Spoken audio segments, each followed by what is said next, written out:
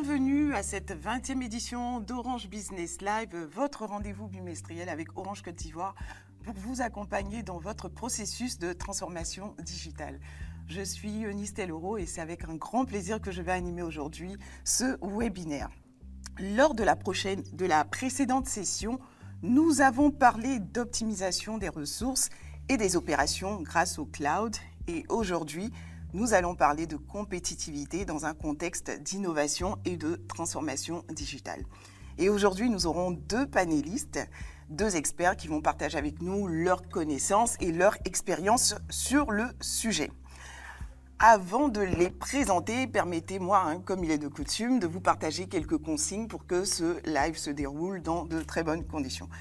Alors, donc la première consigne, déjà, c'est que vous êtes connectés, vous avez dégagé ce temps, vous l'avez mis à part pour participer à ce webinaire. Donc, d'être présent à 100%. Être présent à 100%, c'est couper les sources de distraction et puis de fermer les différentes fenêtres de votre bureau pour être avec nous à 100%, prendre un stylo, un carnet ou prendre des notes digitalement. Et deuxième consigne, Orange Business Live, c'est un cadre d'échange dynamique, interactif. Donc, votre participation active est vivement encouragée. N'hésitez pas à nous laisser vos impressions, vos réactions, à partager vos réactions de là d'où vous suivez ce live. Et puis aussi à poser vos questions. Nos deux experts vont se faire le plaisir d'y répondre tout à l'heure. Depuis une quinzaine d'années, la transformation digitale s'impose comme un passage obligé pour les entreprises. Mais à force d'être évoquée, elle a parfois perdu de sa substance. Aujourd'hui, la question n'est plus de savoir s'il faut se transformer, mais comment le faire.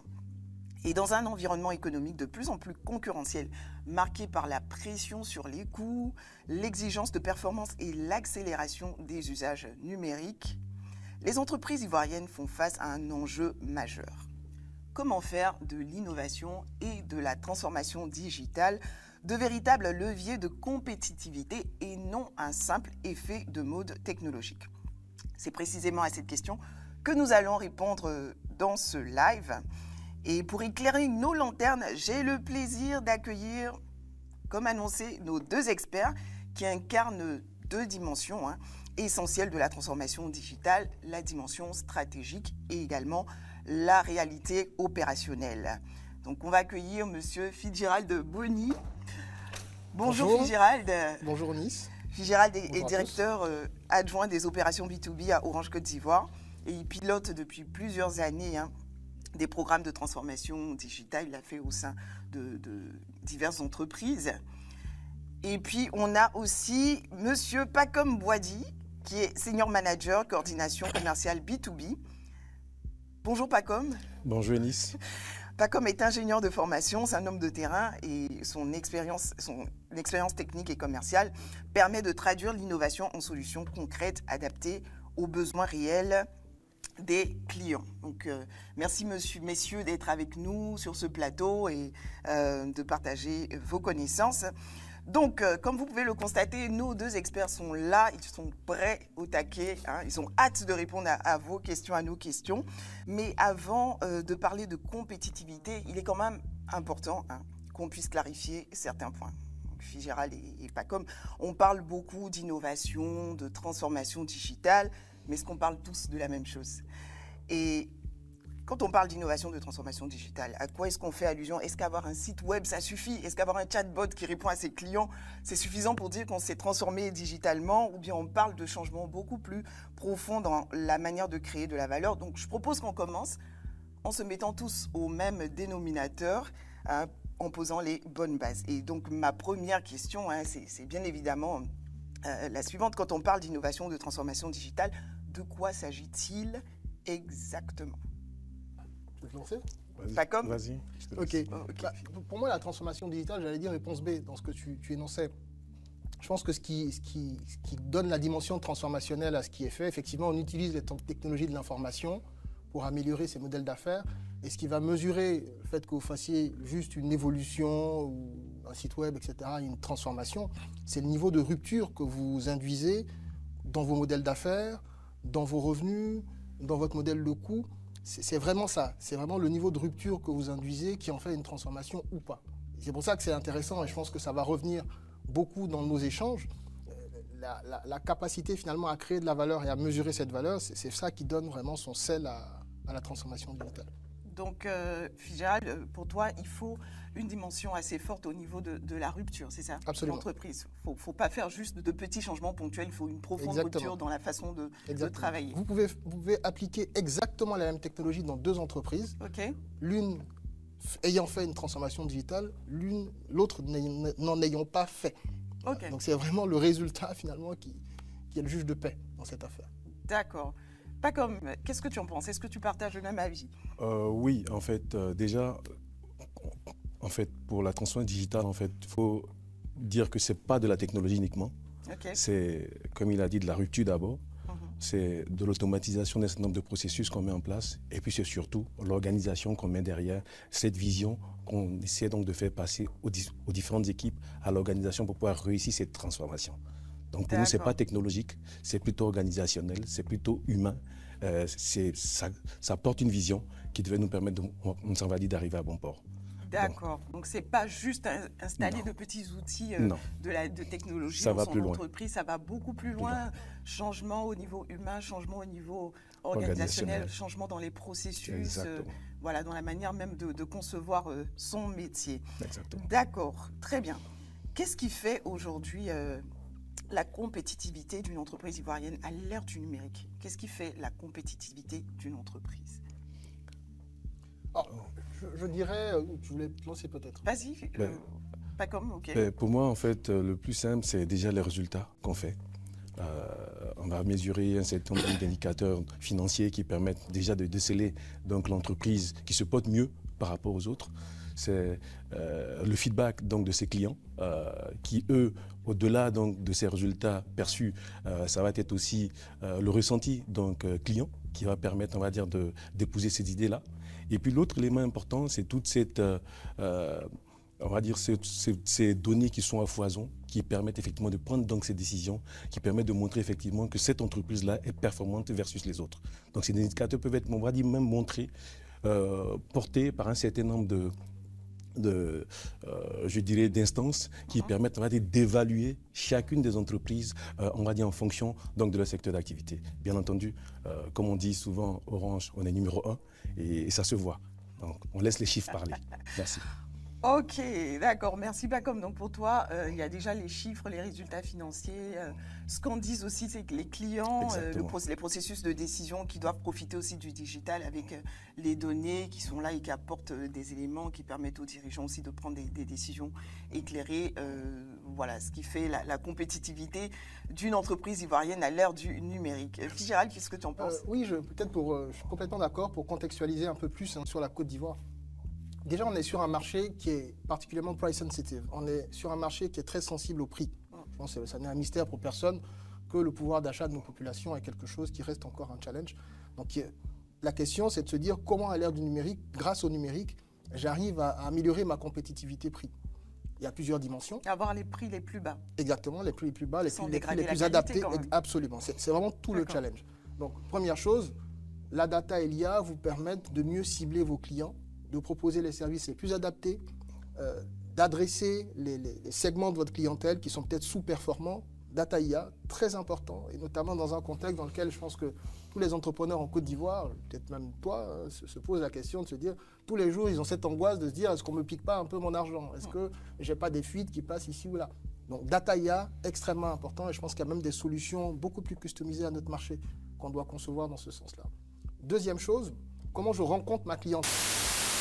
Prenez la ville d'Abidjan, par exemple, une ville très étendue, des coûts logistiques importants, accès au marché des capitaux qui n'est pas forcément facile pour implanter des magasins partout. Donc là, le digital, au travers du e-commerce, du m-commerce, du marketing digital, va permettre de toucher ces cibles à des coûts moindres. C'est vrai qu'avant, il fallait des panneaux, des 4x3 partout, passer à la télé et tout ça. Maintenant, avec le digital. Exactement. Élément important aussi qu'a cité Pacom, il faut être rentable. Et je l'ai dit, on est sur un marché sur lequel le marché des capitaux, la capacité des entreprises à se financer, ça reste encore un challenge. Donc il faut arriver à faire cette croissance-là de manière rentable. Et j'invite chacun à se poser la question. Regardez autour de vous pendant 1 minute, vous verrez le nombre d'activités qui peuvent être automatisées. C'est vertigineux. À l'ère des agents IA, etc., quasiment tout ce qu'on fait peut être automatisé. On a une productivité du travail en Côte d'Ivoire qui reste encore assez faible. On est 131e sur 177 pays sur le classement de la productivité du travail. Donc on a encore, ça veut dire que concrètement, quand on mesure le PIB par heure travaillée, donc c'est ça vraiment la productivité du travail, on est 131e sur 177. Donc on travaille beaucoup et on génère très peu. Exactement, parce que encore trop peu d'automatisation, encore trop peu d'efficience sur nos... Le digital va jouer un rôle colossal et je pense qu'il y a énormément à faire. Et je conclurai là-dessus. On a un de nos clients qui est dans l'agriculture. Je ne vais pas forcément citer l'entreprise, je pense que le client se reconnaîtra peut-être, et qui m'expliquait, et vraiment un secteur extrêmement traditionnel, comment il va avoir des capteurs qui vont lui permettre de capter la météo, de faire des prévisions sur la production, de mesurer le nombre de fruits, je ne vais pas citer le type de fruits, qu'il peut mettre dans un caisson, de tracer le caisson depuis la plantation jusqu'à l'exportation. Et là, vous voyez que toutes les technologies y sont. Vous avez de la data, vous avez de l'IA, vous avez du cloud, vous avez de la sécurité. Et dans un secteur extrêmement traditionnel, et je pense que c'est ça le challenge qui est encore devant nous, que des secteurs, même parmi les plus traditionnels, parce que notre économie se repose sur ces secteurs-là, arrivent à se transformer et être beaucoup plus compétitifs. Absolument. Repose sur l'agriculture et notamment la digitalisation de l'agriculture. Merci Fitzgerald. Donc effectivement, on voit comment la transformation digitale, l'innovation permettent aussi d'améliorer la compétitivité des entreprises, avoir les informations, les bonnes données, la data pour prendre les bonnes décisions, pour avoir une certaine traçabilité sur toute sa chaîne de production. Et puis, en définitive aussi, grâce à l'automatisation, pouvoir réduire les coûts de production, donc les coûts de vente des produits. Aujourd'hui, pourquoi est-ce que la transformation digitale n'est plus une option pour les entreprises ivoiriennes? Que risque une entreprise si elle ne suit pas le mouvement ou si elle reste à la traîne? C'est une question difficile parce qu'il y a 2 réponses. Vous trouvez un certain nombre de secteurs dans lesquels vous avez une compétition qui est très locale. Donc au fond, si vous ne vous digitalisez pas et que vos concurrents non plus ne se digitalisent pas, vous n'avez pas vraiment de risque vital sur votre business. Vous avez ce genre de secteur. Vous avez des secteurs dans lesquels vous avez une intensité concurrentielle qui est très forte. Je regardais ce matin le nombre de banques en Côte d'Ivoire. Je crois que vous en avez à peu près 28. En France, je parle de banques de détail, vous en avez 79. Le PIB français est 36 fois plus élevé que le PIB ivoirien. Et on a juste peut-être 2-3 fois plus de banques. Enfin, moins de banques. Donc il y a quand même un sujet. Quand vous voyez là, sur le niveau de compétition qu'il y a dans une industrie comme celle-là, les banques, c'est impératif pour elles. Parce que vous partagez un petit marché, vous avez une pression sur vos marges. Vous avez ce type de marché. Vous avez les marchés aussi où la clientèle étant digitalisée, ça n'est pas une option. Vous êtes obligé de suivre vos clients. Où est-ce qu'ils sont? Ils sont aujourd'hui sur le web, vous êtes obligé de les suivre. Voilà. Donc je dirais 3 types de situations. Les situations dans lesquelles la compétition, vos clients se sont digitalisés, donc vous êtes obligé de les suivre. Les situations dans lesquelles vous avez une pression concurrentielle telle qu'un point de marge, il faut aller le chercher. Je donne un autre exemple. Prenez la grande distribution. Je regardais hier les chiffres de Carrefour. Leur marge opérationnelle est de 2,5 points. Donc chaque point gagné sur une opération, en termes de productivité, c'est quelque chose à faire. Et la 3e catégorie, ce sont aussi les entreprises ou les secteurs, et c'est de plus en plus vrai, qui sont exposés à la compétition internationale. Je pense qu'on en sait quelque chose, nous, en tant qu'opérateurs télécoms. Quand vous avez des compétiteurs qui débarquent d'autres marchés, avec d'autres références, avec d'autres technologies, ça secoue le marché. Avec une certaine agilité. Exactement. D'accord, ok. Pas comme, qu'est-ce que tu en penses? Je suis complètement en phase. Aujourd'hui, celui qui ne se bouge pas, qui ne se transforme pas, il va disparaître. Parce que le marché, il est complètement, je dirais, très connecté. C'est vrai que Phil parle de marché local, mais le marché n'est plus local. Un des points importants qui est vraiment la base en termes de priorité pour être compétitif aujourd'hui sur le marché, c'est d'être connecté. Donc on a commencé par tout ce qui est connectivité, on a commencé par tout ce qui est équipement qu'on mettait ça et là pour pouvoir, on va dire, permettre donc à nos entreprises d'être présentes. Donc déjà tant localement que sur ce grand marché connecté qui est très compétitif. Et quand on parle de compétitivité, on va regarder nos données. on va regarder la qualité donc, des produits qu'on va mettre sur le marché. Donc, on va regarder aussi nos coûts de production, donc toute l'efficience opérationnelle qu'on regardera donc derrière pour être compétitif. On va regarder aussi les hommes, les compétences qu'on met devant pour pouvoir, on va dire, produire ça, pour qu'on puisse réduire en fait nos coûts opérationnels, qui font que si tu n'as pas ce minimum donc d'éléments qui te positionnent, donc, on va dire à un certain niveau, pour avoir des offres qui te permettent donc de vivre, tu disparaîtras. On va peut-être pas aller rapidement là-dedans, mais on sait que nous, Orange, aujourd'hui en tant qu'opérateur qui initialement faisait des services donc, de connectivité, des services on va dire, de premier niveau, des services d'infrastructure qui mettaient à disposition donc, de ses clients, aujourd'hui c'est réinventé. C'est vrai qu'au départ c'était la téléphonie mobile, uniquement. Après un peu la data et aujourd'hui il y a une panoplie de services. Exactement, donc on s'est réinventé, on a créé on va dire, cette structure on va dire, d'intégration donc, qui est au CCS, qui vient accompagner donc, les entreprises donc, dans leur productivité, donc accroître leur productivité par mieux comprendre les enjeux des entreprises avec tout ça, voir comment on s'inscrit dedans pour pouvoir les accompagner. Donc on va être dans une autre dimension qui fait que on se dit, notre marché ivoirien, il est ce qu'il est. Il peut être avec des cliniques aujourd'hui, avec des miniers, avec, là il parlait donc d'agriculture et tout ça. Il faut qu'on porte, on va dire, ces entreprises-là, tant du secteur privé que du public, qu'on puisse donc les porter pour qu'elles soient aussi compétitives. Donc il y va aussi des partenariats que ces entreprises donc, devaient pouvoir signer avec Orange, de pouvoir s'appuyer sur un acteur clé comme Orange pour pouvoir donc les aider, on va dire, à faire ce pas-là. Sans compétition, on va disparaître. Waouh, ok. D'accord. Et donc, pour aller dans la même logique, hein, il y a une question quand même qu'on se pose en t'écoutant, Pacom. Est-ce que la transformation digitale est aujourd'hui une réalité en Côte d'Ivoire ou une simple vue de l'esprit dans la plupart des entreprises? Comment est-ce que vous évaluez la maturité du marché? Quels sont les secteurs, selon vous, qui sont les plus avancés et quels sont ceux qui sont à la traîne? Peut-être pour commencer, hein, je dirais que on ne va pas forcément, on va dire, les comparer en fonction donc du segment de marché, en fonction du secteur. Je dirais la transformation digitale devrait pouvoir s'adapter, on va dire, à chacun des secteurs en fonction de sa taille, en fonction de sa maturité. Il y a un élément, on va dire, à porter tout de suite, ça va être de mesurer la maturité, en fait, on va dire, de ces entreprises-là dans leur secteur. Oui. Okay. Donc, ça passe par, on va dire, différents niveaux.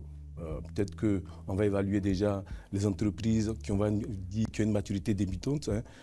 Ceux-là, à minima, c'est d'avoir au moins de la connectivité, c'est avoir un minimum d'infrastructures qui lui permet de pouvoir héberger, donc de pouvoir produire, on va dire, un certain nombre de solutions. Deuxième point qui reste, on va dire, important, c'est vraiment toute l'intégration qu'on devait pouvoir apporter à ces entreprises-là, qui, elles, sont, après celles qui sont juste connectées, c'est celles qui vont... Connecté, c'est quoi? J'ai le téléphone, j'ai le téléphone, j'ai la communication unifiée, je vais avoir mon infrastructure, un système d'information qui me permet moi de pouvoir opérer. Okay. Je suis juste là. Ça, c'est le niveau basique. Ça, c'est le niveau basique, en termes de maturité. Voilà. Et le second point, c'est dire, par exemple, je prends une clinique qui, initialement, avait un minimum d'éléments, peut-être une application pour prendre des rendez-vous, peut-être une application pour, on va dire, mieux structurer toute la partie qui part des résultats médicaux, de la radio, un certain nombre de choses, et puis permettre d'avoir un système, on va dire, d'information hospitalier. Donc on parle là d'intégration.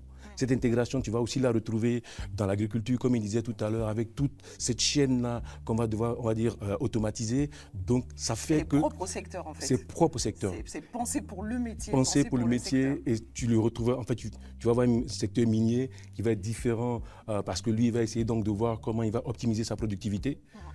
Quand tu vas aller dans la santé aujourd'hui, c'est vrai qu'on a de très bonnes cliniques, de très bons hôpitaux. On doit penser demain à tout ce qui va être dossier patient, on va dire informatisé. Peut-être dans quelques années, penser à aller vers des dossiers, on va dire, médicaux partagés pour qu'on puisse monter à un certain niveau qui permet, on va dire, de pouvoir utiliser la vraie valeur, on va dire, du digital, mais ça propre au secteur donc, de de la santé, pour dire qu'en fonction donc, du secteur, on va avoir des éléments clés qui vont permettre, on va dire, de pousser. Et puis bon, le troisième pan, ça va être vraiment ceux-là qui vont avoir un certain niveau de maturité, qui vont permettre, on va dire, d'accompagner dans tout ce qui sera conseil, pilotage, et donc de pouvoir aller à un certain niveau, et puis produire en fait des solutions, mais en fonction tout de suite des besoins du marché. En fonction de la saisonnalité, je sais dire aujourd'hui, je vous sors en moins d'une semaine ou de 2 semaines une solution mais qui répond au marché. Okay. Voilà. Donc on va avoir ces différents types, on va dire, d'entreprises, donc en fonction donc, de les différents niveaux de maturité, mais surtout penser que le digital n'est pas quelque chose qui est standard. Il est fonction vraiment, on va dire, des secteurs, que je sois sur le segment PME, voire grand compte, on devait pouvoir s'adapter et en touchant uniquement aux éléments qui sont importants dans son secteur d'activité. D'accord, c'est très intéressant. Donc en fait, ce n'est pas du copier-coller. Non, ça ne marchera pas. Étudier, comprendre les besoins, créer, intégrer, accompagner dans le processus. Et c'est là que des acteurs un peu comme, je dirais, qui ont commencé à se réinventer en tout cas, avec toute une force commerciale qui comprend les enjeux, on va dire, métiers donc, du client. Quand on parlera à nos équipes techniques qui vont apporter effectivement ce relan donc, de solutions technologiques répondant, on va dire, aux différentes problématiques. Et puis, nos équipes, pour ne pas citer FIT, mais qui font tout cet accompagnement opérationnel vont s'assurer donc d'avoir cette efficience opérationnelle, tout cet accompagnement, s'assurer donc du SAV derrière et puis pouvoir, on va dire, porter donc nos clients à ce qu'on puisse quelque part leur donner aussi le sourire, mais bien entendu pouvoir, on va dire, garantir en fait ce ROI-là qu'ils auront quand ils feront le pas. Ça reste important. C'est important. À ne pas oublier, parce qu'on ne le fait pas juste pour le plaisir de le faire.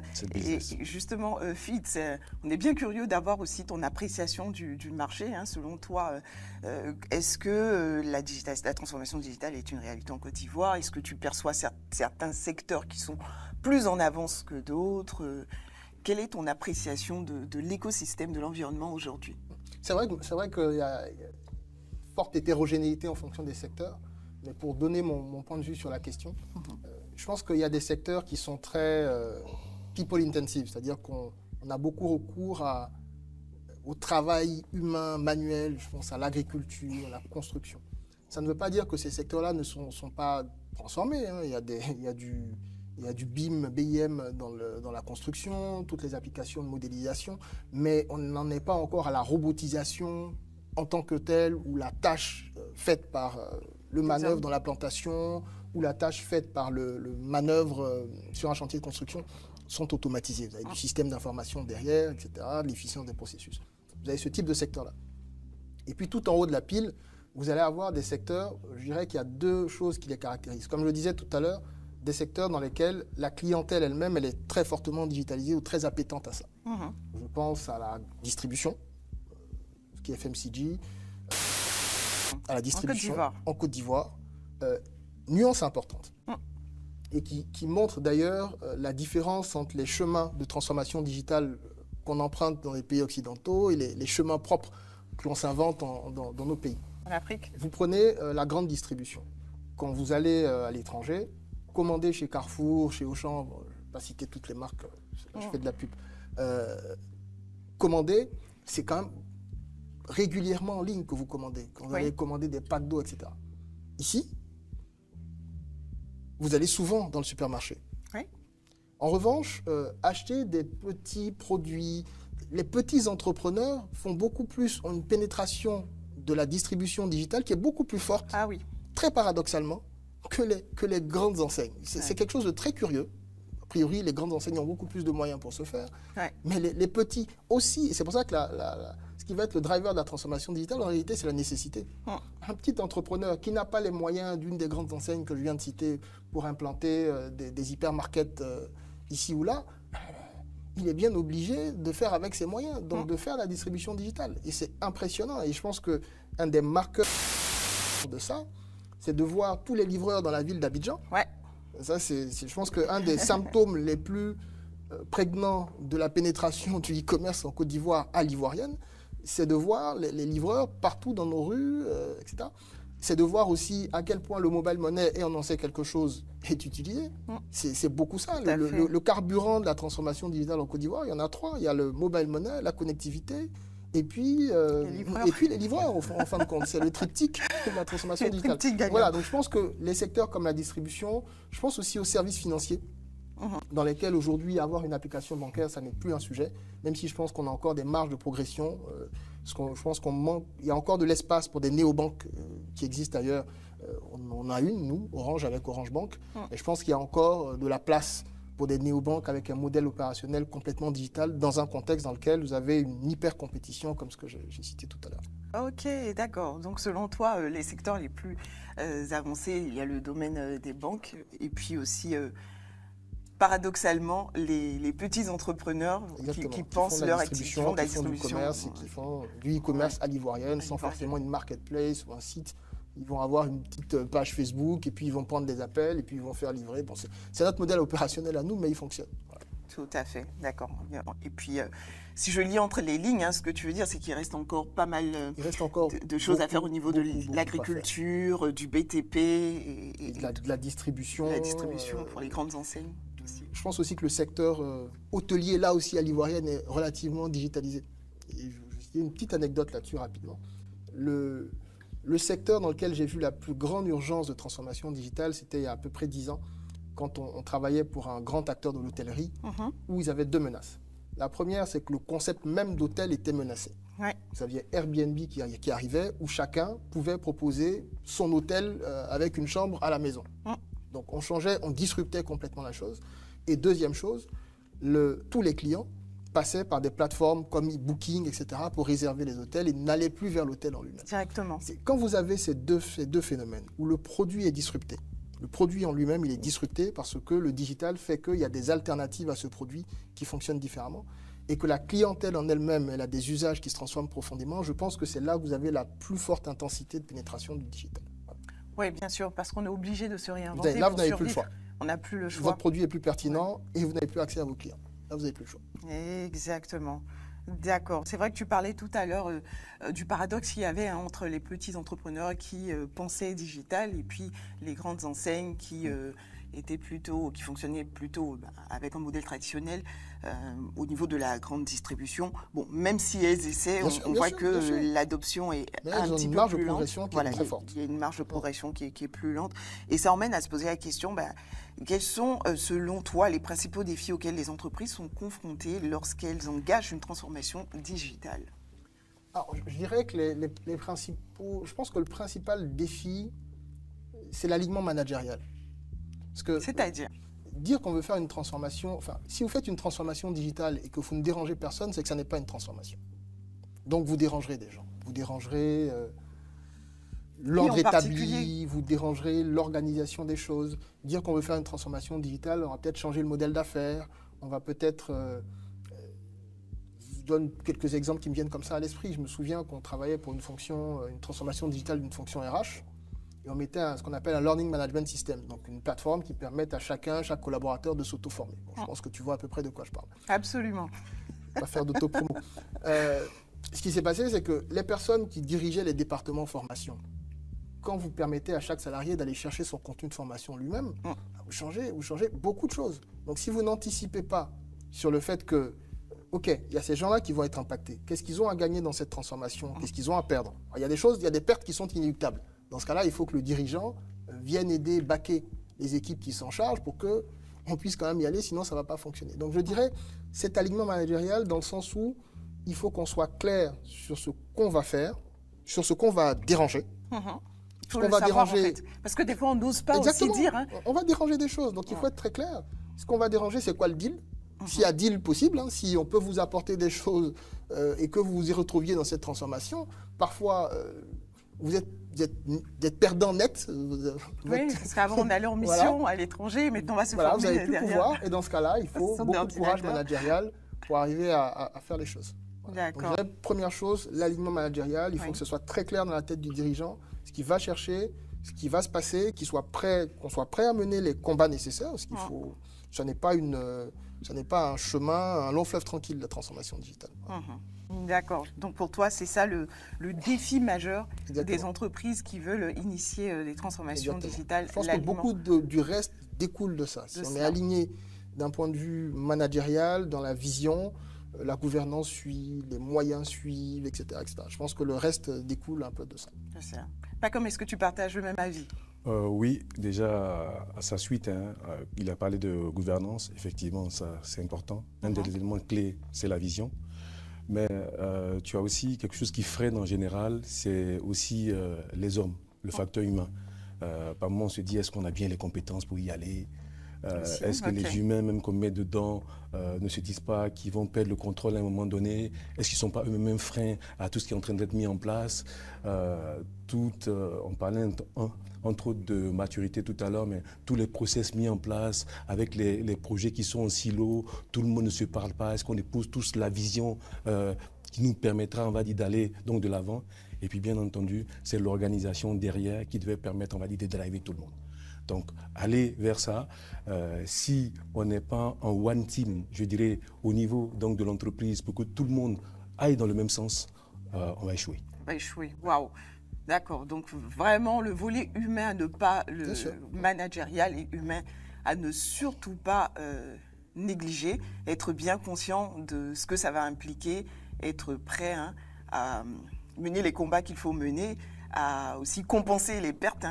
Pour ne pas que... Peut-être juste quelque chose que je rajouterais, il a parlé de moyens, mais par moi il faut insister parce qu'on a comme l'impression que le budget est un problème. Oui. Alors que ce n'est pas que le budget, c'est parce que les gens ne voient pas tout de suite comment mesurer le ROI, comment s'engager pour réussir. Ça peut être des projets longs.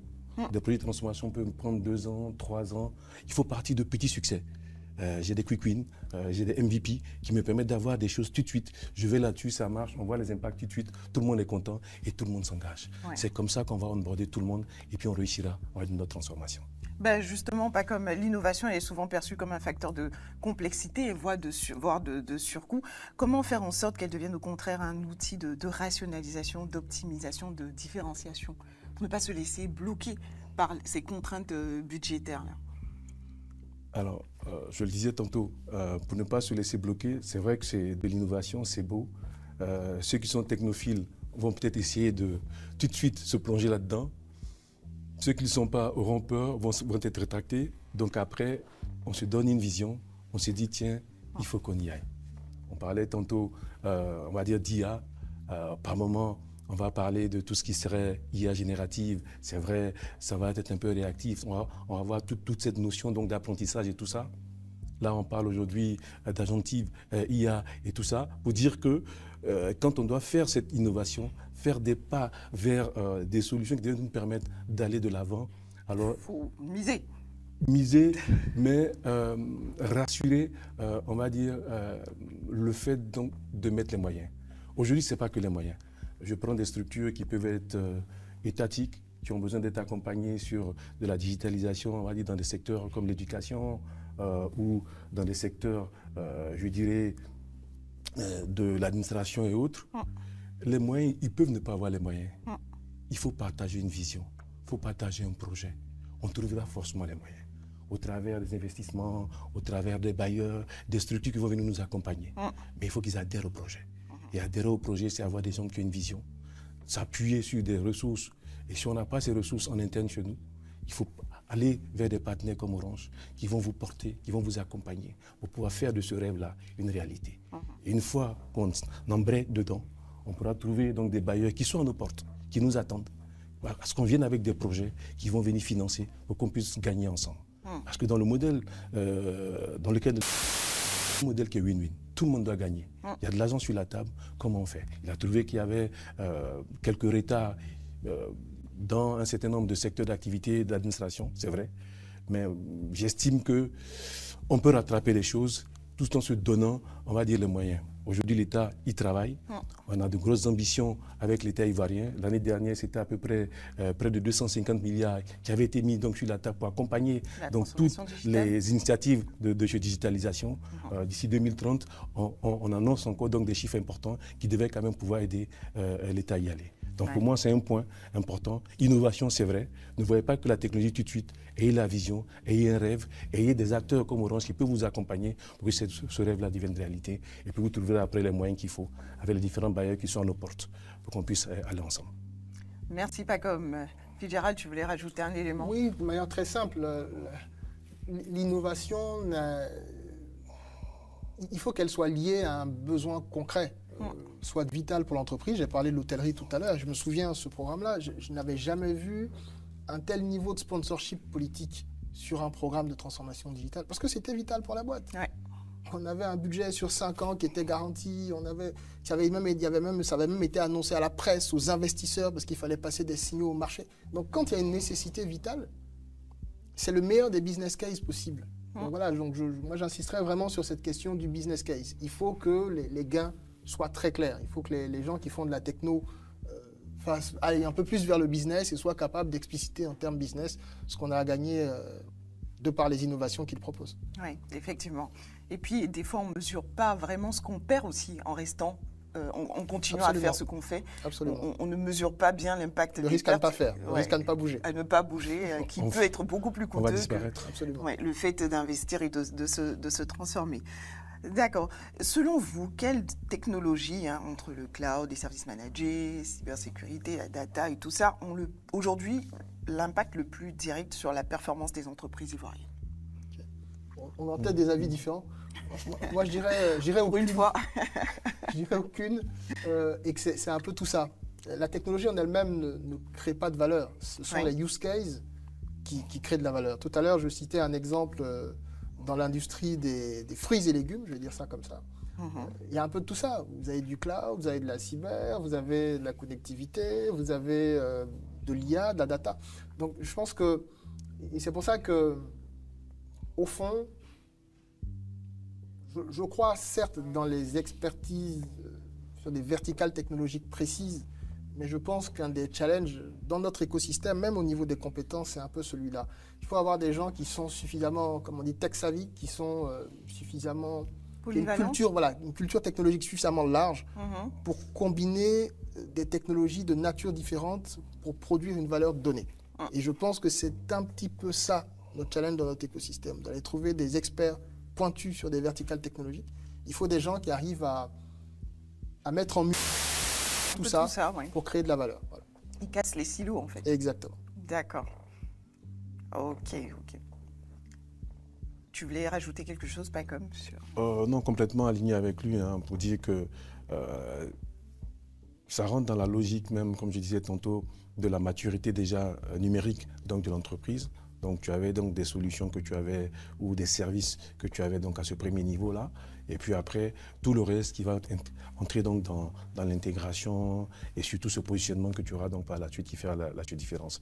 Donc je ne veux pas citer sur la connectivité tout ce qui va être aujourd'hui un accélérateur comme du SD-WAN qui devait quand même pouvoir aider à reprioriser. Du SD-WAN, qu'est-ce que c'est ? Voilà, on va essayer donc de piloter, on va dire logiciellement, donc le réseau. Donc au travers de la priorisation donc, de trafic, une certaine anticipation que tu feras donc, du type de problématiques que tu pourras rencontrer pour éviter que, pour garantir un peu la résilience, donc l'accessibilité, on va dire, à tes services, donc chez toi. Un des points importants, je pense qu'on y travaille depuis un moment, c'est tout ce qui va être environnement qui permet, on va dire, d'héberger, de garantir la disponibilité de tes services dans un environnement qui respecte aujourd'hui à ce monde très connecté dans lequel nous sommes, mais avec la guéguerre qu'il pourrait avoir sur la donnée. Donc, on va avoir beaucoup de lois autour de ça qui font que pour être on ne peut plus serein en faisant son business, c'est de pouvoir s'approprier les données qu'on va exploiter, on va dire, dans notre environnement donc, local. Donc, on a du cloud, on a un ensemble donc, de ça, et puis bien entendu la couche sécurité qui viendra, on va dire, garantir, je dirais, cette la confiance dans laquelle on sera pour faire notre business. Donc ça, c'est vraiment des points qu'on va toucher à ce niveau-là. Mais c'est vrai que un des points importants, c'est cet hybride, en fait, ce mix qu'on fera entre le métier client lui-même, qu'on devra pouvoir comprendre pour aller une couche au-dessus. Parce que quand on a mis tout ça en place, c'est vrai, on peut garantir un minimum donc, de services, mais pour améliorer et accroître la productivité, il faut toucher vraiment à ce qui apporte de la valeur donc, dans le métier du client. Donc ça va plus loin. On peut appeler ça le digital. Je ne veux pas donner des choses qui sont figées, mais comme on dit, le digital, ça peut être vrai aussi bien en développant du métier sur les mines, développement du métier sur l'agriculture, l'éducation, ainsi de suite. Donc, je ne veux pas que ça soit forcément rien qu'un domaine techno. Le domaine techno, ça, on l'a vu. L'IA pourra apporter beaucoup, la data, voir comment on va monétiser. Mais il faut comprendre que pour chacun de ces domaines-là, c'est de voir comment on se fait accompagner pour que ceux qui vont avoir donc, cette compétence-là, ceux qui vont avoir ces skills-là, puissent vous aider, on va dire, à aller de l'avant. Aller de l'avant. Voilà. Donc, en définitive, réussir sa transformation digitale ne dépend pas que de soi. Il y a aussi une question d'écosystème, d'environnement, n'est-ce pas? Qui est responsable de cet écosystème, cet environnement-là qui peut être favorable ou défavorable à la transformation digitale des entreprises? Déjà, avant de commencer, je dirais qu'on est régi par des lois. OK. Donc, dans un pays comme la Côte d'Ivoire, qui va permettre, on va dire, nous permettre d'être libres, mais on va dire sous certaines contraintes. Et par moments, ça favorise beaucoup de choses. On a été bien content donc d'avoir des lois sur la protection donc, des données à caractère personnel pour éviter que nos données restent en externe, qu'on ait des environnements, on va dire, de ces hyperscalers qui, en brandissant le Patriot Act ou autre chose, vont accéder à nos données, font ce qu'ils veulent. Donc, l'État, en mettant un peu ces éléments en place, permet de pouvoir, on va dire, cadrer. Donc, il y a un environnement légal et réglementaire pour pouvoir aider. Créer. Ça c'est déjà pas mal. Et l'État sait mettre en place ce dispositif-là. Une fois que ça s'est mis en place, ça nous permet, nous, de pouvoir, on va dire, respirer, c'est vrai. Mais après, en fonction du domaine d'activité, du secteur d'activité, donc clé, on va avoir des entrepreneurs, on va avoir des dirigeants d'entreprise qui vont avoir leur vision, faisant des bunchs ça et là, pour pouvoir, on va dire, s'engager. Mais à côté, il faut qu'ils aient des partenaires. Oui. Parce que là, aujourd'hui, je veux qu'on nous appelle partenaire. C'est-à-dire le partenaire, ça va être une structure donc d'intégration du type Orange qui vient vous accompagner pour faire de ce rêve-là une réalité. Donc, il va vous accompagner de bout en bout sur ce type de projet, sur les technologies, comme je vous disais tantôt, même sur des moyens, pour que vous puissiez donc aller ensemble. Seul, vous ne pourrez pas. Donc, le choix légal, l'État qui nous accompagne dedans. Donc, on leur dit merci au passage pour tout ce qui est en train d'être mis en place. L'année dernière, on a eu l'entrée donc de l'ANSSI qui va nous aider parce que on avait beaucoup d'activités autour de la cybersec et tout ça, mais les gens ne nous faisaient pas toujours confiance. Même pour faire un simple audit de sécurité, on avait encore besoin d'aller dans le groupe, d'aller encore plus haut pour le faire, alors qu'on a des compétences locales qui savent pouvoir accompagner, qui savent pouvoir porter donc, ce message-là pour adresser et couvrir donc les besoins des populations pour les rassurer. Et donc, on a besoin que ces entreprises locales-là soient, on va dire, sollicitées donc, pour qu'on puisse vraiment montrer donc, notre savoir-faire. Donc, c'est important d'avoir l'écosystème dans lequel on est réglementaire et légal, d'avoir des entrepreneurs qui osent pour pousser, il faut se lancer et se comparer toujours aux autres, c'est vrai, et puis avoir des partenaires locaux comme nous, donc ces intégrateurs-là qui vont aider à pouvoir, on va dire, faire avancer les choses. Merci Pacom. Orange revendique aujourd'hui un positionnement d'opérateur, d'intégrateur, de partenaire de transformation digitale. Qu'est-ce que cela change de manière concrète pour les entreprises? Une entreprise veut démarrer sa transformation digitale. Orange est là. Qu'est-ce que l'entreprise peut faire de manière concrète? Ce qui change, je le disais tantôt, au départ, le client il avait besoin de quoi? De se connecter. Il avait besoin d'avoir un firewall, d'avoir un switch, d'avoir en fait du matériel pour permettre, on va dire, d'avoir un réseau fédérateur, du téléphone, tout ce que vous voulez. C'était ça son besoin. Après, il a un métier dans lequel il faut qu'il soit compétitif pour ne pas sortir, pour pouvoir toujours avoir donc, des parts donc, de marché.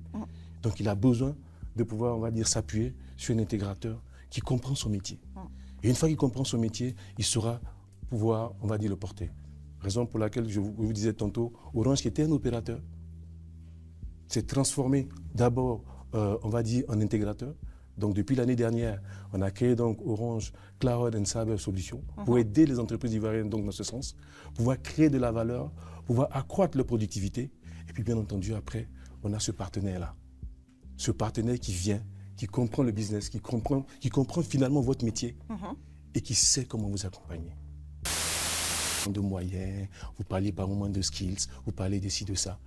Mais en fait, c'est là qu'il faut avoir confiance à une entreprise qui va avoir cette multidimension-là. OK. Vous aviez besoin de connectivité, je vous l'ai donné. Vous aviez besoin d'ici, je vous l'ai donné. Ah oui, de pouvoir communiquer entre vous, on vous a donné tout ce qui était outils collaboratifs. Là, on est rentré dans votre métier. Dans le cœur de métier. Dans votre cœur de métier à travers l'intégration. Oui. Et on va plus loin. D'accord. Et c'est ça la force, hein. Déjà en local et puis la force aussi du groupe. Donc ce sont des offres sur mesure qui sont faites ou ce sont des... Spécifiquement. Parce que la digitalisation, on a dit, c'est pas quelque chose de standard qu'on trouve en fait sur étagère quelque part, on le porte à telle entreprise ou on le porte à tel secteur d'activité. Non. On écoute, on comprend le métier, on détecte les besoins et on propose des solutions pour accompagner la digitalisation. Adapté à leur métier. D'accord, ok. Très bien. La transformation digitale pose aussi la question des compétences et de l'humain. Quels profils deviennent indispensables dans cette mutation, pour accompagner cette mutation? Quels sont les profils? Je pense que j'ai un petit peu répondu tout à l'heure. Ce dans quoi je crois vraiment, parce que j'ai fait un peu toute ma carrière là-dedans, dans le conseil, dans l'accompagnement des entreprises sur ces sujets-là. Et je pense que c'est un peu le mouton à 5 pattes qui est le profil le plus recherché.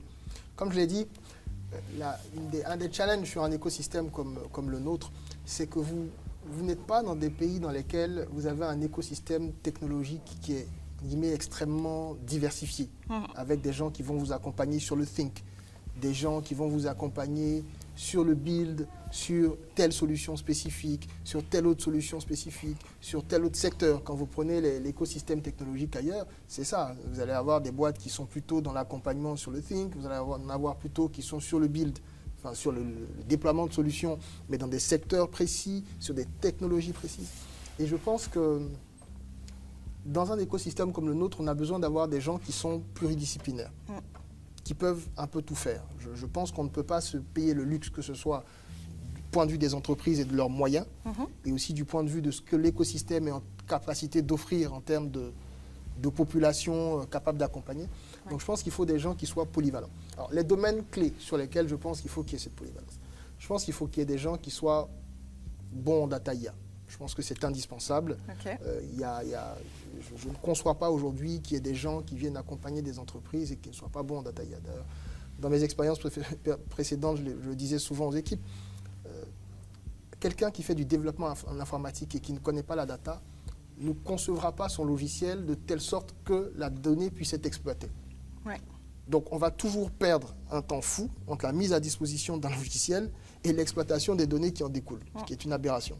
Donc il faut de la data IA. Ensuite, il faut une capacité, il le disait tout à l'heure, à comprendre un business et à proposer des solutions. Oui. Je pense que c'est absolument indispensable et c'est une des choses qui font la différence entre la formation des ingénieurs à l'anglo-saxonne et celle à la francophone de laquelle nous sommes issus. C'est quoi la différence? Vous prenez aux US, beaucoup des fondateurs de boîtes technologiques sont des ingénieurs, et même des ingénieurs dans des spécialités technologiques très pointues. Et pourtant, ils ont été capables de développer des boîtes qui sont devenues des scale-up à milliards de dollars. Voilà.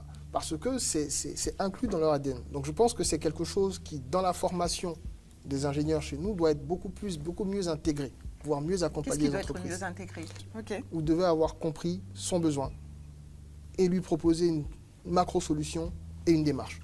Pour moi, l'elevator pitch du consultant moderne en IT, c'est ça. Cette capacité à bien détecter les besoins en 5 et à proposer minutes, des solutions. J'ai compris à peu près, je vous propose quelque chose et je vous propose une macro-démarche. Il faut être capable de faire ça. Voilà. Donc cette capacité-là, qui est la deuxième grande compétence, je pense qu'on doit avoir.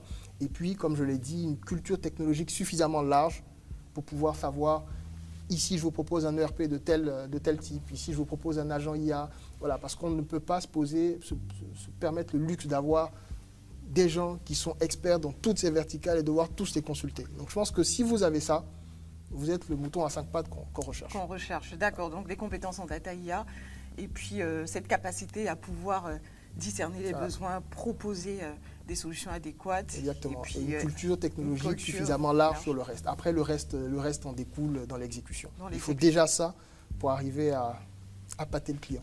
Le mouton à 5 pattes. Exactement. Pas comme est-ce que tu vois d'autres profils? Déjà, pour moi, comme il le disait tantôt, hein, la première couche, c'est vraiment une couche d'experts. Okay. On le disait, ceux qui vont avoir l'expertise, on va dire, en cloud, en cybersec, voire même, on va dire, dans des solutions autour de la connectivité enrichie, tout ce que vous voulez. Donc cette expertise-là devrait pouvoir assurer le premier niveau, on va dire, de couche qu'il faut pour pouvoir accompagner la digitalisation. L'autre pan, c'est ceux-là qu'on va appeler des profils un peu mixtes digital. On va avoir des product owners, des gens qui connaissent vraiment leur métier, qui poussent dans ce sens-là pour vraiment pouvoir avancer. On pourrait citer entre autres des gens qui vont être un peu à cheval. Il le disait, c'est peut-être des data scientists, c'est peut-être des data business partners, en fait tout ce que tu veux, mais qui vont avoir ce relais marketing pour pouvoir, on va dire, commencer à concevoir des offres, commencer à concevoir des produits, donc dans leur tête et tout ça.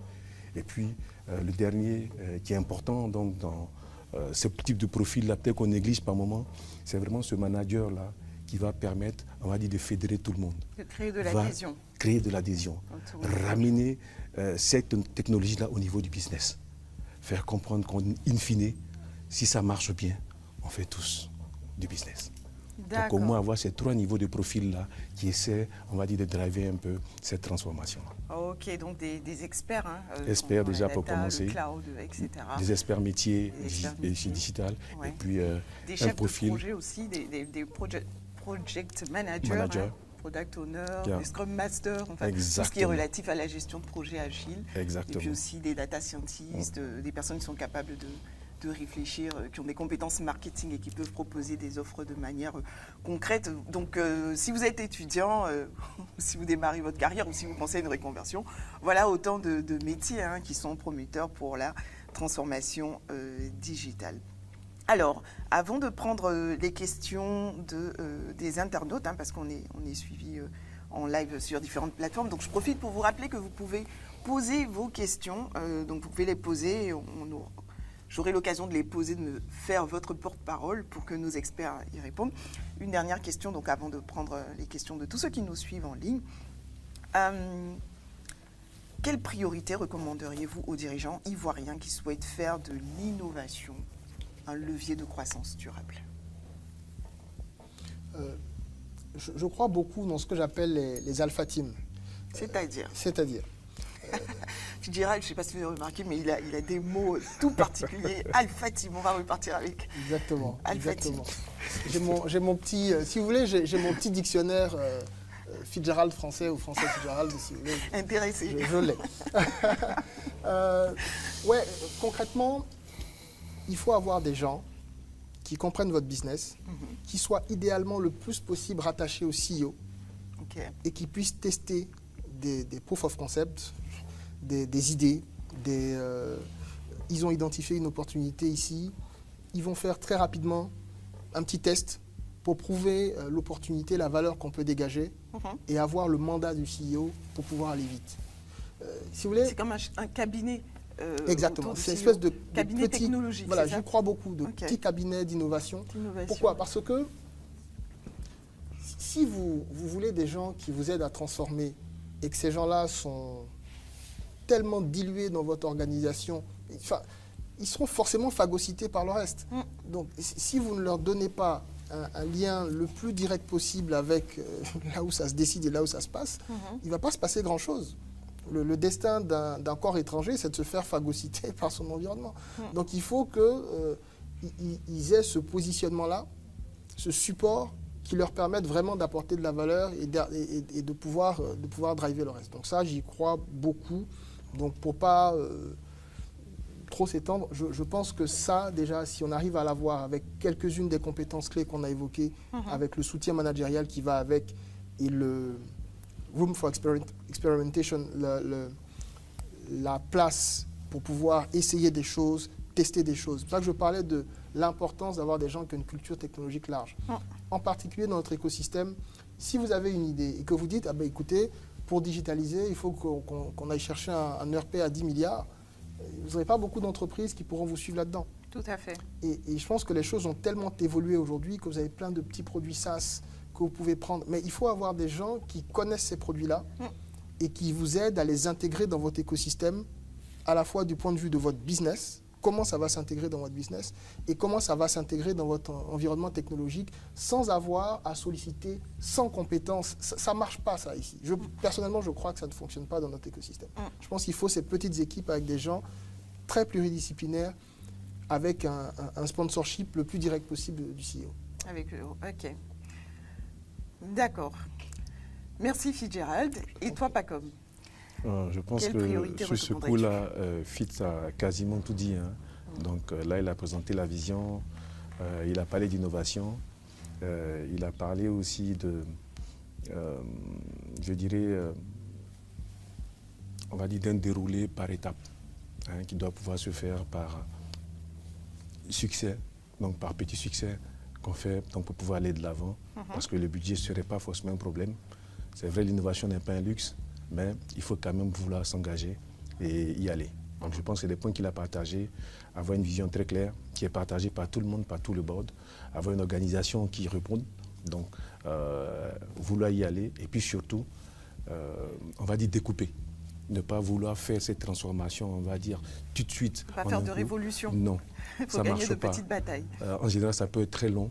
Et c'est quand il y a des petits succès que ça nous permet effectivement d'y croire et que ça permet d'onboarder tout le monde pour que ça soit une réussite. Voilà. Merci Pacom. Innovation et transformation digitale, améliorer la compétitivité des entreprises ivoiriennes. C'est le sujet de notre Orange Business Live de ce jour. Et on a pas mal de questions pour vous. Je vais commencer avec celle-ci. Comment éviter de lancer des projets digitaux coûteux qui n'apportent pas de résultats concrets au business? Je pense que vous avez déjà vu, hein, déjà participé à des projets. On a déployé la grosse armada, des solutions, et puis finalement, personne n'utilise ou on ne voit pas directement les retombées sur le business. Donc, comment éviter de tomber dans ce piège-là?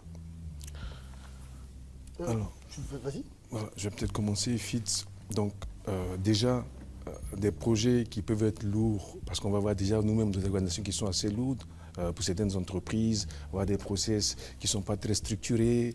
Et surtout, quand on part sur ce genre de projet-là, en gros, il faut d'abord avoir l'adhésion de tout le monde.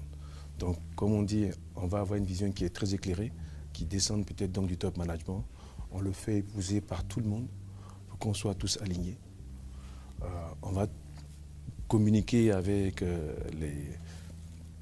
les ressources humaines, on va dire ce capital humain-là qu'on va vraiment intégrer.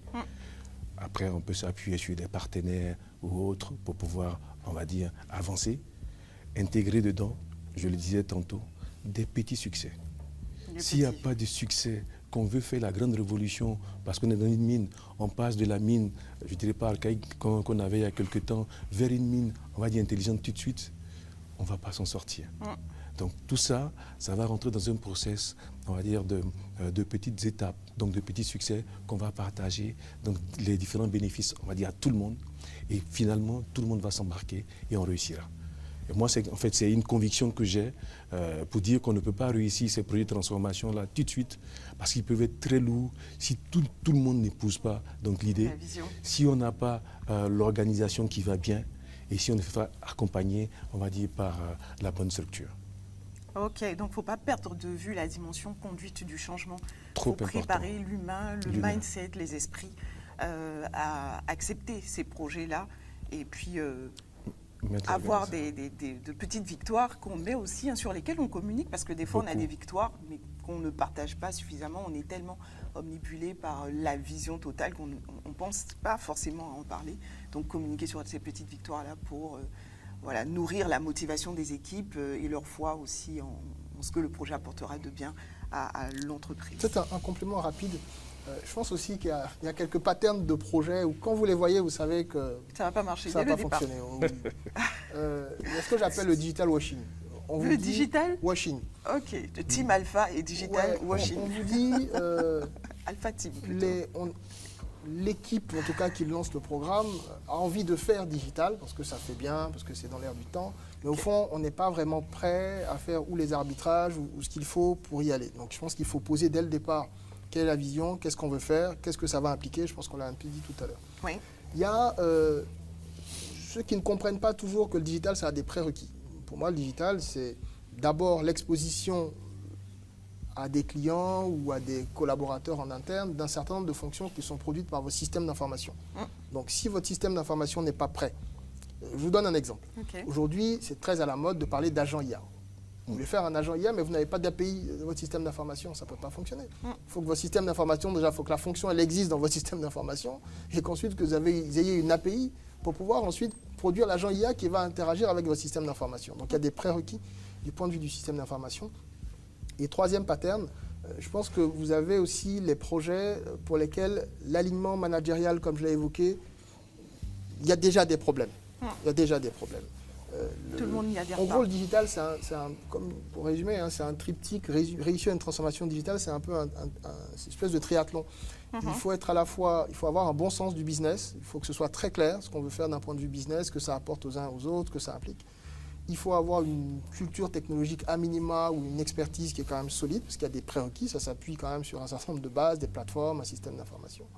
Et puis, il faut avoir, oui, un certain sens politique, parce que vous allez bouger des lignes, et puis il faut arriver à non seulement les anticiper, et puis arriver à faire ce qu'on appelle de manière un peu générale la conduite du changement. Merci Fitzgerald.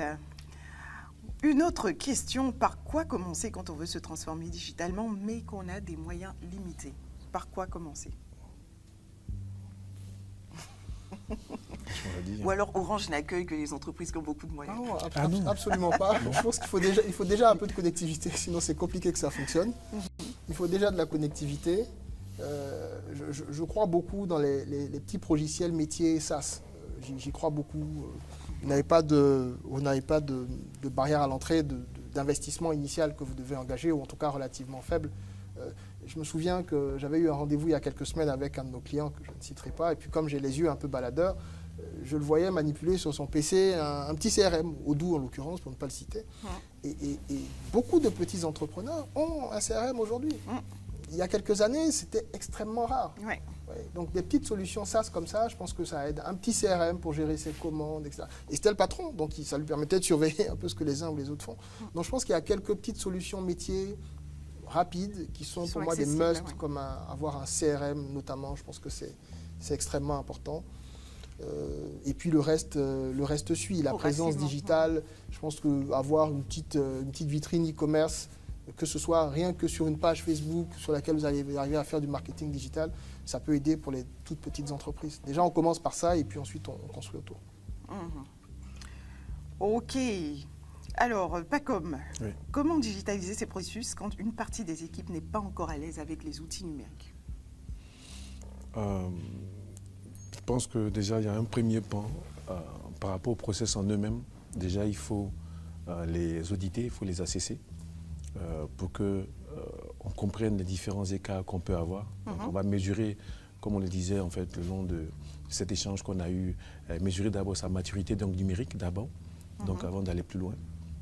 Et l'autre élément qui va être important, si les équipes ne sont pas à l'aise, ce qui pourrait effectivement arriver avec la vision partagée et tout, c'est de s'appuyer sur un partenaire qui vient et puis qui va être cette petite main-là qui va aider, on va dire, les équipes au fur et à mesure à prendre en main les outils digitaux. À prendre en main donc, les outils digitaux. Et puis, il en parlait tantôt, c'est toute cette conduite au changement qui fera que toutes ces personnes-là, finalement, se sentiront onboardées donc, dans ce projet pour qu'on puisse réussir. Donc, c'est vrai qu'on part sur de l'automatisation, mais ça ne pourra pas se faire, on va dire, sans l'humain. Et puis surtout, ne pas hésiter à s'appuyer sur des partenaires qui peuvent aider. J'aime bien utiliser le thème partenaire plutôt que le thème prestataire. Voilà. Pour dire qu'on épouse, en tout cas, l'idée, les enjeux métiers et on accompagne, on va dire, les clients dans ce sens. D'accord. OK. D'accord. Donc, c'est pas nécessaire de virer la partie de ces équipes qui n'est pas à l'aise. On peut se faire accompagner. Tout le monde, je pense qu'on ne le vire pas au premier. Les outils digitaux. OK. Fitzgerald, comment réussir une transformation digitale quand on fait face à des coupures d'électricité ou de connectivité encore fréquentes? Question. Question orientée. Déjà, je pense que quand bien même vous avez des coupures, etc., il faut avoir une infrastructure de connectivité qui soit résiliente. Donc, Orange, par exemple, on vous propose... Alors là, je pense que pour ceux qui ont suivi le début de l'Orange Business Live, on a parlé, il y a une vidéo sur le satellite, une excellente solution d'ailleurs qui est en train d'être lancée. Notre CEO, on a notamment fait une déclaration sur la question. Le satellite, ça vous permet d'avoir de la résilience. Donc vous avez de l'infrastructure terrestre, de l'infrastructure satellitaire, vous avez les deux en même temps, vous êtes baqué. Donc il faut déjà avoir une infrastructure qui tienne compte des réalités de votre environnement, donc avec des backups et des solutions de diverses natures qui vous permettent comme ça d'y aller. Voilà. En tout cas, si... Ouais, maintenant, la question de critique. l'électricité, je pense qu'on reste un peu sur les mêmes choses.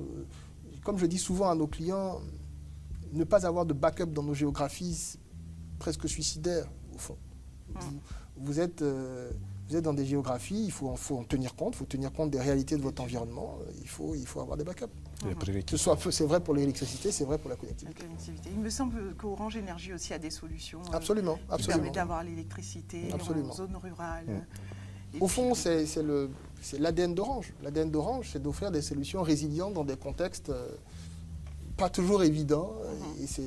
Et c'est aussi notre légitimité. Une autre question qui ressemble un petit peu à celle-ci. Vu que l'accès à une connexion Internet fiable et à l'électricité reste limité, surtout dans les zones rurales, je pense que c'est la même question qui est plus précisée, surtout dans les zones rurales ou périurbaines, ce qui freine l'adoption des technologies digitales. Sans infrastructure solide, haut débit, data centers locaux, les entreprises peinent à implémenter des outils comme le cloud ou l'IA, risquant d'accroître le fossé numérique entre les régions. Est-ce que cela n'impacte directement pas la compétitivité? Est-ce que cela n'impacte directement la compétitivité et ne compromet pas les firmes dans le processus d'optimisation de leurs opérations en temps réel? Effectivement, on parlait de digitalisation de l'agriculture et si on n'a pas d'électricité, si on n'a pas de connectivité dans ces zones rurales-là, ça peut être difficile de se digitaliser. Je pense que c'est ce que la personne a voulu. Mais Orange a des solutions dans ce domaine. Ça a été dit, on a parlé du satellite, on a parlé d'Orange Énergie. Oui. Donc, encore une fois, on serait ravis d'en discuter. Tout à fait, surtout que dans la démarche, comme vous l'avez mentionné, il y a d'abord une écoute du client, une détection de ses besoins réels. Exactement. Donc, ce n'est pas des solutions sur l'étagère qu'on copie-colle, c'est des offres sur mesure adaptées et encore une fois, il ne faut vraiment pas qu'on se mette des freins ou des barrières. Oui. Je ne pense pas même en Occident, je ne pense pas on va se dire oui, c'est facile là-bas parce que ça, c'est de la post-rationalisation. Chaque innovateur a à faire face aux contraintes de son environnement. Voilà. Donc c'est à nous d'inventer des solutions qui tiennent compte de notre environnement. Tout à fait, tout à fait. Une question maintenant sur la cybersécurité. Selon vous, et je ne demande pas comme d'y répondre, quels seraient les points importants pour sensibiliser les entreprises, y compris dans la fonction publique, à l'enjeu de la cybersécurité, car beaucoup minimisent cet enjeu jusqu'au jour où elles se font attaquer? Oui, je pense que... merci, Eunice, surtout pour ce volet-là. Aujourd'hui, on va être sujet, surtout quand on est une entreprise dite digitale aujourd'hui, ou qui fait le pas donc, de partir dedans, tenant compte de la compétitivité à laquelle on s'expose. On va aussi s'exposer en même temps, je dirais, aux différentes attaques, aux vulnérabilités éventuellement, si on a des vulnérabilités qui sont exploitables, donc par des tiers.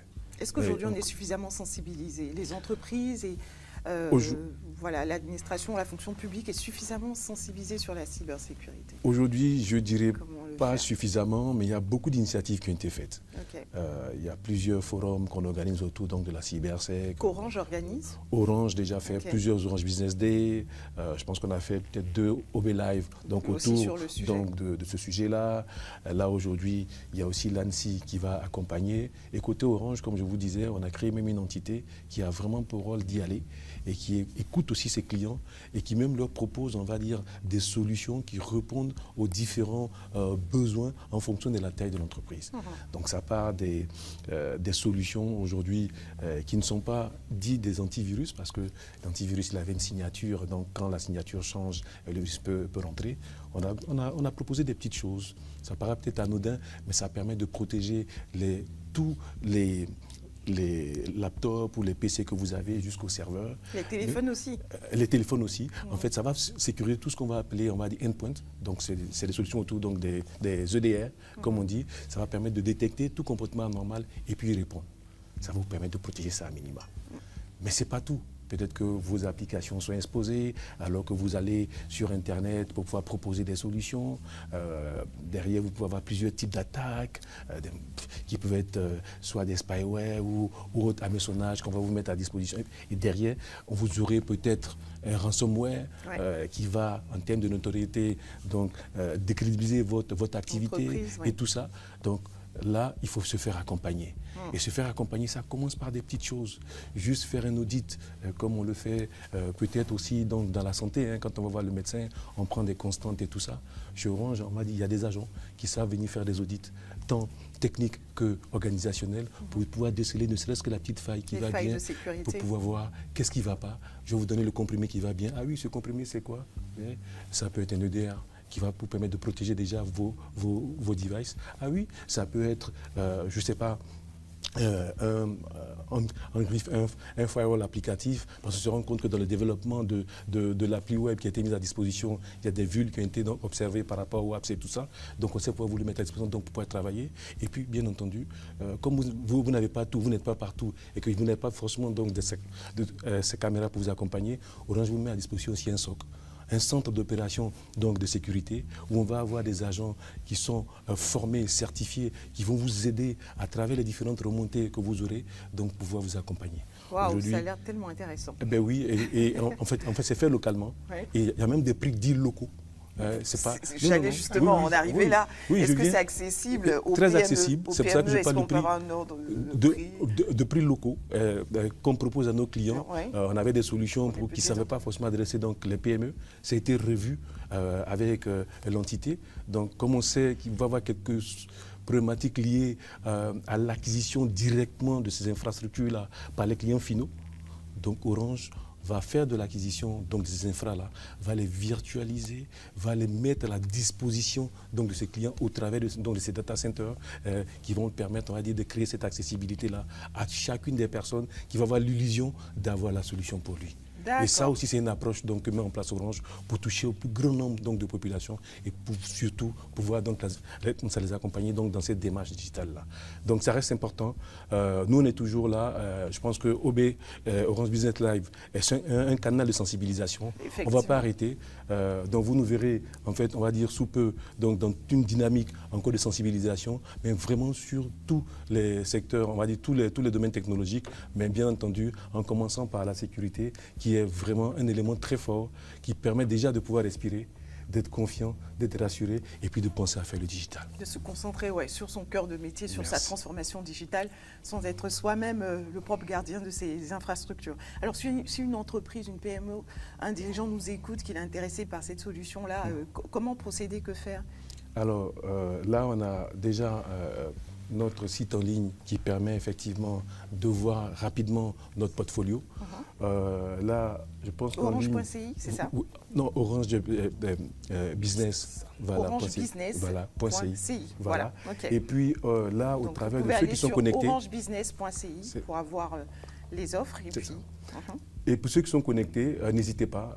Si vous avez des intentions ou vous avez besoin d'approfondissement, vous le mentionnez simplement. Ces éléments seront collectés pour qu'on puisse ramener donc vers vous déjà une équipe qui pourra donc travailler avec vous pour qu'on puisse donc mieux cibler votre besoin. Parce que comme je vous dis, on n'est pas que sur des offres sur étagère.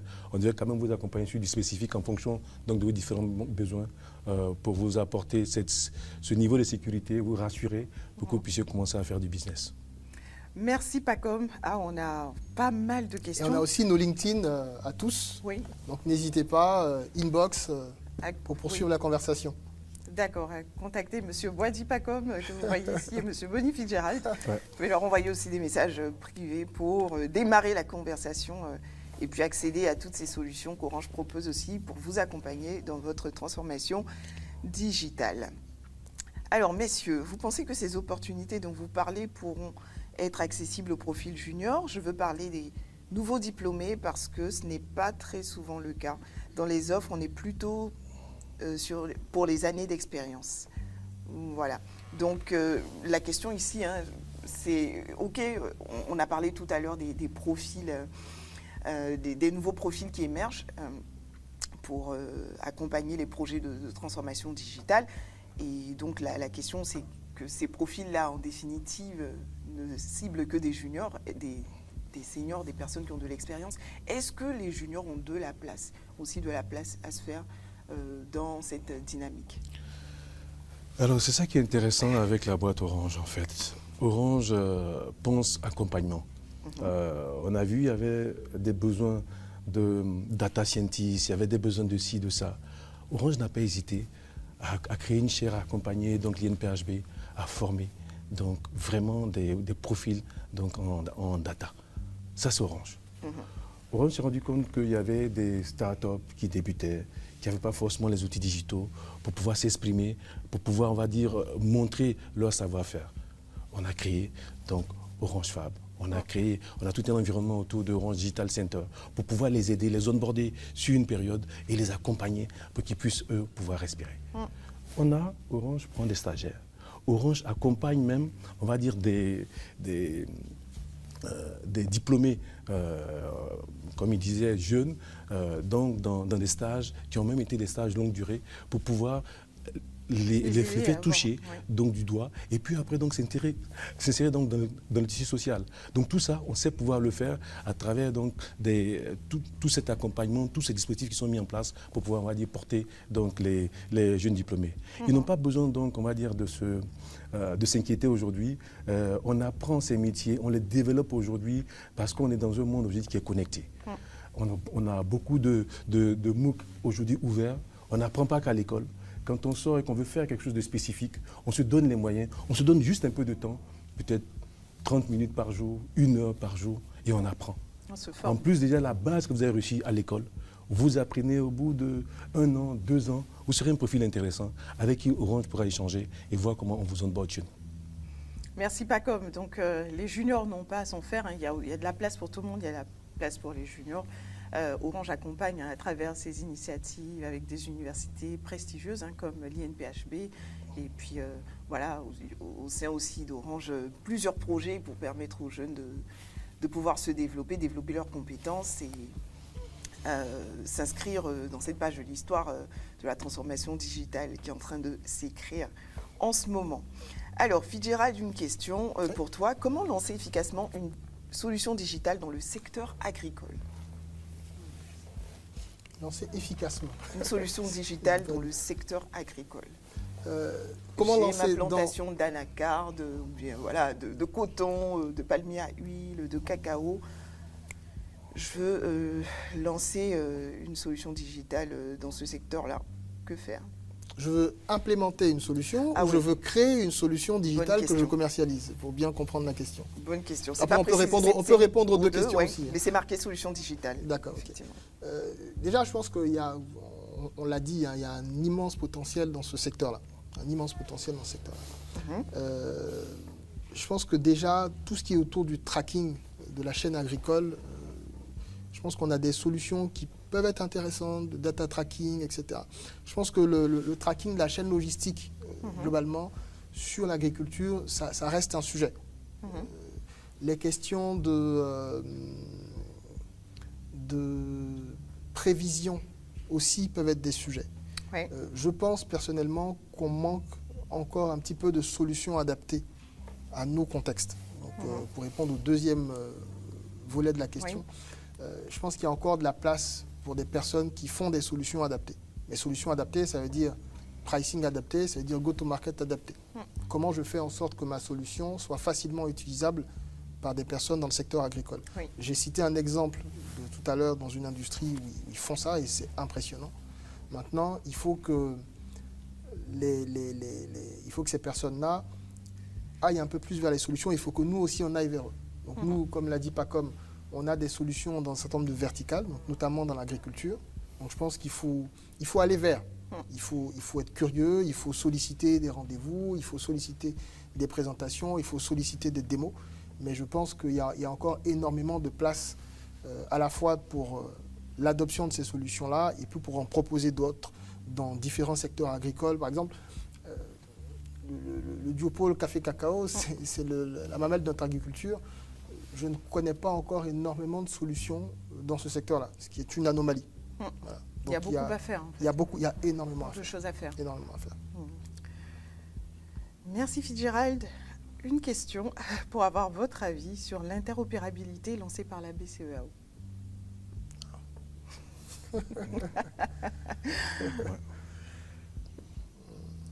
Ben, oui. Tu te lances pas comme je pense que ça peut être un sujet, en fait, c'est un sujet intéressant en tout cas pour, surtout vu client, ça permet d'avoir un positionnement différent. On va avoir différents types de structures qui accompagnent, on va dire, les clients. Soit elles adressent, c'est une banque, on va dire, au détail, ça peut être une structure qui va adresser les entreprises uniquement.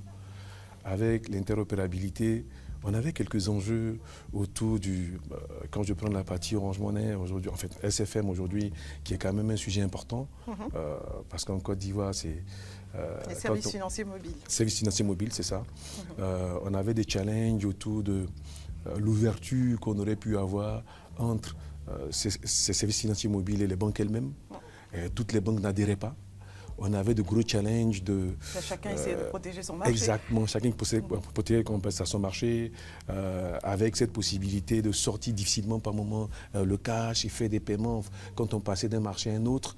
Aujourd'hui, c'est des choses qui vont être, on va dire, partagées, simplement, on va dire, fusionnées pour que ça soit accessible à tous. Ça peut être un gain important pour les clients. Bien entendu, il y a un certain nombre de structures qui ont investi pendant un moment, qui n'ont pas forcément eu le temps de rentabiliser. Donc quand on vient donc, dans ces aspects-là, ça peut ralentir un peu, mais c'est quand même intéressant pour la population. C'est un bon point. Mais quand on fait le parallèle un peu à cette portabilité qu'on a eue au niveau donc, du mobile, bon, je me dis qu'il y a quelque chose à voir. Regardons et puis observons. Je ne pense pas qu'il y aurait plus de mouvements que ça. Parce que la portabilité, en définitive... au niveau mobile, ça n'a pas été un gros succès finalement. On pensait qu'il y avait plus de mouvements que ça. Finalement, nos abonnés sont restés multisimés. Donc, ça semble en tout cas intéressant, cette portabilité qu'on a au niveau de tout ce qui est services financiers.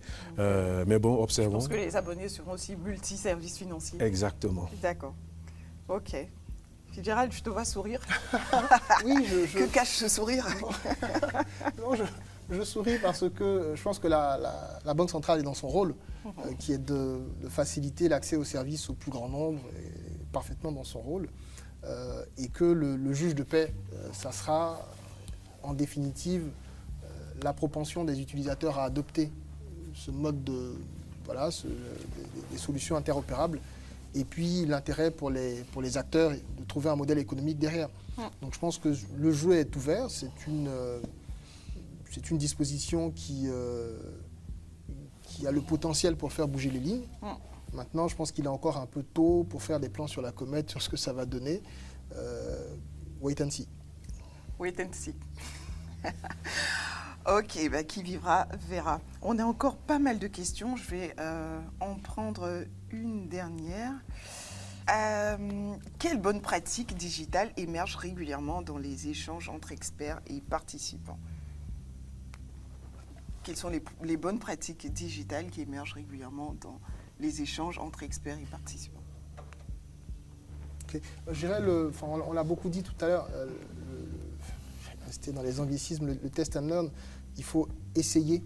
Il faut avoir des solutions qui ont un coût initial qui soit le plus léger possible, de sorte à permettre l'expérimentation. Le Lean Startup, c'est ça?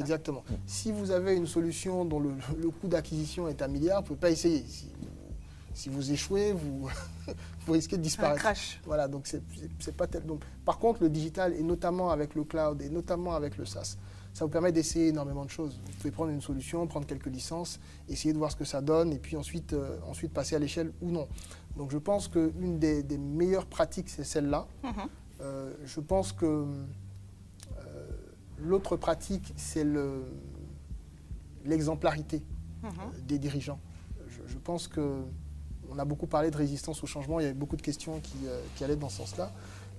Il faut que le dirigeant donne l'exemple. En adoptant lui-même. En adoptant lui-même. Les outils. En adoptant lui-même les outils, en étant précurseur dans les tests qui vont être faits, pour que ensuite les collaborateurs prennent la suite. Voilà. Ok, pas comme. Non, ça va, je pense qu'il a fait le tour. Il a fait le tour. Voilà, on va rester là-dessus. D'accord, donc messieurs, on va vous arracher un mot de fin. Pas comme si tu avais un message à adresser aux dirigeants ivoiriens qui nous écoutent ce midi, ce matin. Quel serait-il? Alors, moi déjà, c'est leur demander donc d'oser. La compétition, elle est ouverte. Faut y croire, faut avoir sa vision, connaître son secteur d'activité, se lancer. Ne pas avoir de tabou. Les freins, on en a parlé. Une fois qu'on a cette vision-là, qu'on veut y aller, on se trouvera donc les moyens avec un partenaire qui va bien pour pouvoir donc vous accompagner. Finalement, les moyens, ce n'est plus un frein. Les compétences, comme on a vu avec le capital humain, ce n'est plus un frein. Ça permet effectivement à ce partenaire-là donc de vous accompagner là-dessus. Il n'y a qu'à y aller. Lancez-vous.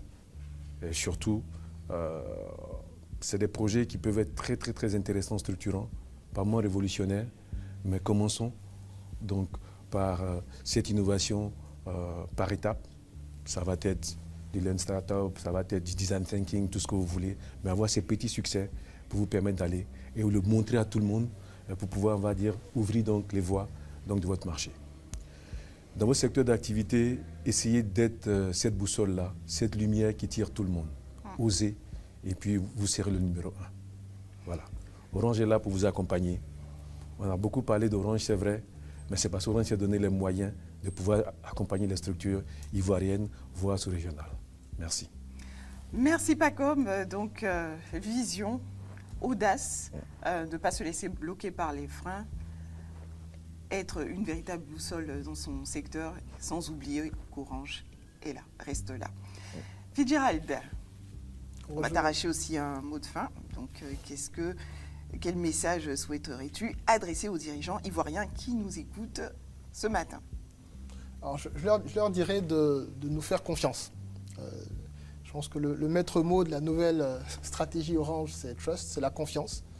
Nous faire confiance parce que qui d'autre qu'Orange a le plus accompagné les entreprises ivoiriennes dans le premier pas vers la transformation digitale, c'est Orange.